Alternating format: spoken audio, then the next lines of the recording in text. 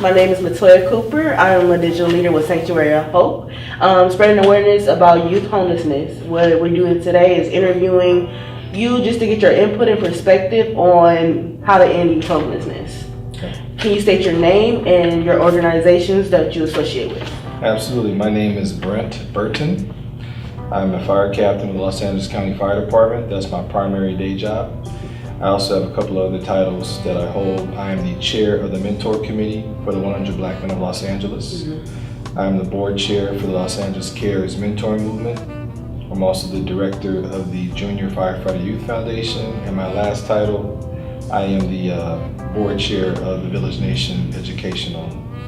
And what role does the fire department take in regards to homelessness? So what the fire department is, we're basically an emergency services operation. So if somebody is sick or injured or ill, they call 911. We are the first responders. All firefighters are certified emergency medical technicians or EMTs. Most of us have been paramedics at one time or another in our careers. The fire department is also the paramedics. So when it comes to homeless youth, usually we see homeless youth in a situation of an emergency incident, emergency response. If they're injured, if they're sick, if they're ill, we respond that way. On the non-emergency side, the fire stations are also what we call safe houses. So every fire station has a yellow triangle sign that says safe house. If somebody feels threatened, if somebody feels in need, they can come to the fire station, knock on the door, ring the doorbell, we'll answer, and they'll say, I need help, I need support, I have nowhere to go. And so we bring them in, we turn it into an incident, and we get our law enforcement partners to respond with us because they have access to all the other resources.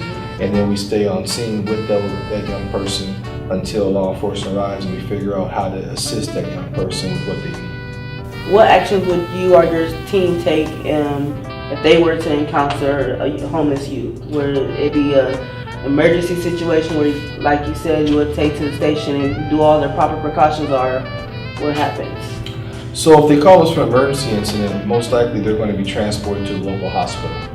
And from the hospital, hopefully they'll work with the hospital staff before they're released to provide resources and services to them.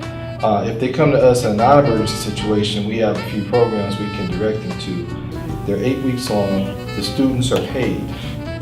This is all through the My Brother's Keeper initiative through President Obama. And so that's where the funding comes from. And so we're paying these folks to learn. So you earn while you learn.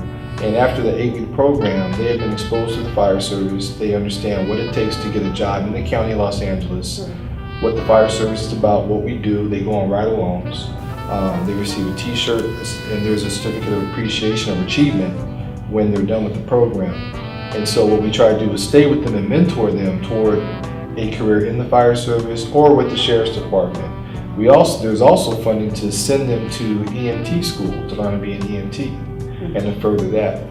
And the next program we're going to do is going to be a partnership with the sheriffs. We're going to collaborate and do a joint sheriff fire public safety prep program, be a little longer, but instead of having just a sheriff program, just a fire, we're going to expose these students to both. And so we're looking at doing that probably March when the funding cycle comes back around. Well, what's interesting about the public safety prep program, you can't come into that program unless you are a homeless youth, an emancipated youth through the foster care system. Right. You have to qualify that way to get in. You can't just come off the street and come from a 2-parent household and be in this program. Like, it's not for you. We're reserving this for these folks right here. Sure, so the fire service, again, is new to this whole concept. Right. Because we've always been that peacetime army nobody thinks about till you need us. So you dial 911 because everything's just falling down and we show up. Now the fire department's getting more proactive. So with the youth program that I just mentioned, the prep program, we try to make sure that we provide firefighters as mentors to the young people. Thank you so much.